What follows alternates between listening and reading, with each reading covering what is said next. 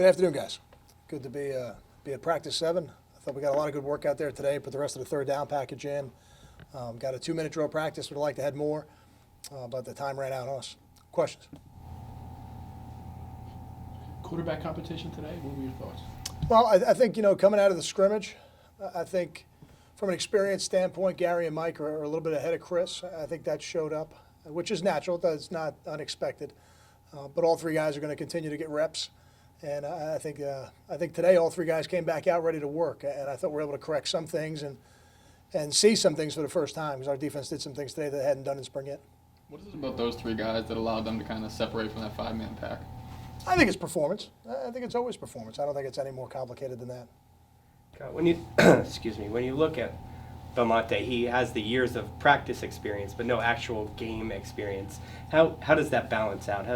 How does the practice help him, even though he's not technically more game ready than Laviano? Yeah, I think that's the advantage he has. He's had over Chris in the past. Is he has had the reps in practicing against different schemes, learning different game plans, and certainly his carryover from week to week. But then there's also subtleties and things that change week to week. And I think the more you go through it, the better you get at it, and the better your full grasp of the offense and what defenses are trying to do to you, really shows. I think the more you play and have to really mentally play the game at quarterback, the slower the game gets for you. When you're on the scout team, you read a card, you throw it where they want you to throw it for the most part. Yeah, I don't know if that helps you slow the game down. That's what the team needs, but I don't know that from a personal development standpoint, it's really helping you that much. Kyle, how much understanding did you get of where this team is after Saturday's scrimmage and kind of be able to move forward? Did anything jump out? I think today was a big step for us. I think when you get past the initial excitement of spring, you get past that first scrimmage, you're into week 3. I was really excited to see how the team came out today. I thought the team came out with a lot of energy today. We got a lot of work done. Even towards the end of practice, guys were still flying around. I'm really pleased with the effort of the team. I think that shows a step in the right direction in terms of the maturity of the program. Coach, with the quarterbacks, we haven't heard from them yet. That's a conscious decision. Is that part of dealing with a quarterback competition, in terms of part of how you handle it? Well, I think, through the first 6 practices before we were going to really do anything significant with the reps, to have them answer the same questions every day, I don't know if that's really in the best interest of what they're trying to do. I wanted them focused on what they were doing. But now that we're into the 3rd week, part of being the quarterback is part of being the face of the program. And they need to be interviewed. They need to answer questions, and I think they'll do a good job. How has Gary handled things in the sense of going from a captain and unquestioned starter to start last year to now fight for his job as a senior?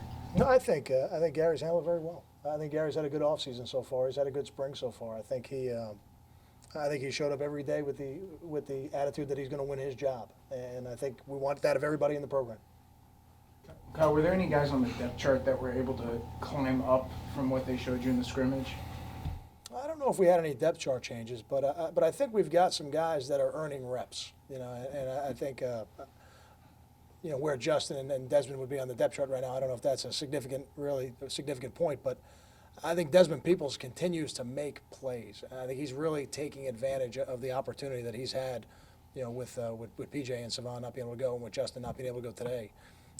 I think also a guy like Kamoko Toure is taking advantage of the reps he's getting and trying. I'm not going to say that he's quite there yet, but he's certainly making a case that he should get the opportunity to play next year. Snyder and Longa, how they look kind of flip-flopping a little bit? I'm very pleased so far. I thought they had a good first scrimmage, both guys. In terms of spirit, attitude, enthusiasm, has Gary responded in the way you would like to see him respond since last season to now? Oh, he absolutely has. I think that is part of what I mean when I say I thought he had a great winter program. I thought he did a really good job through the winter, and I thought he treated it like a new beginning, which is what I wanted him to do. And I think coming out through the first 7 practices now, he's come out very focused. I think he's learning a little more every day of what Coach Friedgen expects from him playing that position, and I think he's done a good job. I think earlier you mentioned in so many words that you kind of look at Gary differently because of the amount of experience he has compared to the other guys. How has his performance in practice fared when you look at him through that different metric? It's not so much that I look at Gary differently, because I think when a guy has played in games for you, you have very high expectations of him. So it's not so much that I look at him differently. I think what you got to be careful of is making too quick a decision on a guy who hasn't had the opportunity yet. And I think that's, for Chris, he needs every rep he can get right now because this is an opportunity for him to play Rutgers football. And when he did it last spring, he just got here a couple weeks prior. And if you think it's tough as a redshirt freshman, you should see it when they only here for a couple weeks. It's tough on him. So I think for a guy who's played in games, you certainly have high expectations of anybody who's played in a game. But I think where you really got to have a little more patience with your expectations is the guys who haven't had that chance. That's it for 2 more. Through. Could you see a quarterback decision made at the end of spring, or do you want to see it carried through?